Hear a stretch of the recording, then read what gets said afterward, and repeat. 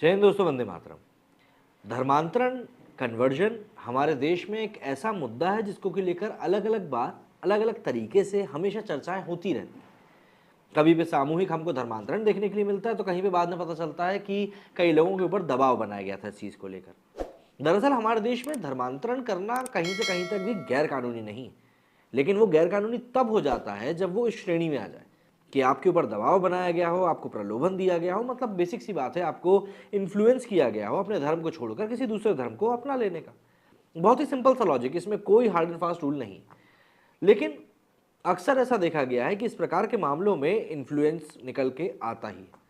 अब ऐसा ही एक मामला निकल कर आ रहा है मध्य प्रदेश के रायसेन का, जहां पर कि कुछ बेसहारा बच्चों को, जिनके माता पिता हैं वो कोरोना काल में इनसे अलग हो गए थे या ये बच्चे उनसे बिछड़ गए थे, जो कि बाल गृह में आए थे, उन तीनों बच्चों का यहाँ पर नाम धर्म बदलवा दिया गया।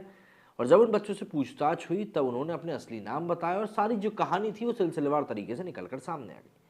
क्या कुछ है ये मामला, जरा जान लेते हैं इस वीडियो में। मध्य प्रदेश के रायसेन जिले के एक शिशु गृह में 3 हिंदू बच्चों को मुस्लिम बनाने का मामला सामने आया है। बताया जा रहा है कि तीनों बच्चे भाई बहन हैं, जो कि कोरोना काल में अपने परिजनों से बिछड़ गए थे। इस शिशु गृह को हसीना परवेज नाम के व्यक्ति द्वारा संचालित किया जा रहा है। आरोप है कि हसीन परवेज ने तीनों बच्चों के इस्लामी नाम ने पहचान पत्र भी बनवा डाले, जिसमें उसने खुद को बच्चों का एक गार्जियन बताया, अभिभावक बताया। परवेज की इस करतूत का संज्ञान शनिवार 12 नवंबर को राष्ट्रीय बाल संरक्षण आयोग ने लिया और जिला प्रशासन को शिशु गृह संचालक के खिलाफ एफआईआर दर्ज करने के निर्देश दिए। मीडिया रिपोर्ट के मुताबिक घटना गौहरगंज इलाके की है। मुस्लिम बनाए गए तीनों बच्चे नाबालिग हैं, जिनकी की उम्र है 4, 6 और 8 साल। इसमें 2 लड़कियां और 1 लड़का है। ये बच्चे मध्य प्रदेश के ही दमोह जिले के रहने वाले बताए जा रहे हैं, जो हिंदू धर्म के ओबीसी वर्ग से आते हैं। तीनों साल 2020 में कोरोना महामारी के दौरान लगे लॉकडाउन में मंडीदीप क्षेत्र में अपने माता पिता से बिछड़ गए थे। उस समय भोपाल बाल कल्याण समिति नाम की संस्था ने इन बच्चों को रायसेन बाल कल्याण समिति के हवाले कर दिया था। बाद में रायसेन बाल कल्याण समिति ने इन्हें गौहरगंज के शिशुगृह में भेज दिया। इस वजह से भाई बहन 3 साल से हसीन परवेज द्वारा चलाए जा रहे गोदी बाल शिशुगृह में रह रहे हैं। हसीन परवेज गौहरगंज के गोदी शिशुगृह के नवजीवन सामाजिक संस्था नाम से चलाता है। इस शिशुगृह को सरकार द्वारा अनुदान मिलता है। उसकी एक क्लिनिक भी है।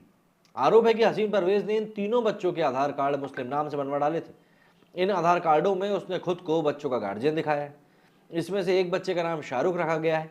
हसीन परवेज के करतूतों की पोल तब खुली जब राष्ट्रीय बाल आयोग के अध्यक्ष प्रियंक कानूंगो खुद इस शिशुगृह की जांच के लिए गए थे। बताया जा रहा है कि उन्हें किसी के द्वारा मौखिक रूप से परवेज की हरकत की शिकायत मिली थी। निरीक्षण के बाद संरक्षण आयोग के अध्यक्ष प्रियंक कानूंगो ने स्थानीय प्रशासन से बच्चों के परिजनों को न खोजने की वजह भी पूछी।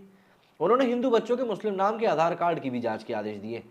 कानूंगो के आदेश पर जिला प्रशासन ने आरोपित हसीन परवेज पर एफआईआर दर्ज कर ली है और रिकॉर्ड को जब्त करके जांच शुरू कर दी। कहा जा रहा है कि अपने बचाव में परवेज ने अधिकारियों को बताया कि जो व्यक्ति बच्चों को उसके पास छोड़ने आया था, उसने तीनों बच्चों के मुस्लिम होने की जानकारी दी थी।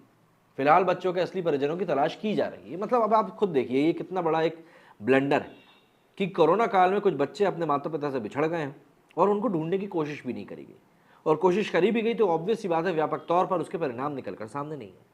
वो तो अभी इस तरीके से ये मामला निकलकर सामने आ गया है, न जाने ऐसे कितने मामले होंगे जो कि दबे छिपे तौर पर यूं ही चल रहे होंगे। हालांकि ये अपने आप में कोई पहला मामला नहीं जो ऐसा निकल के आया हो सामने।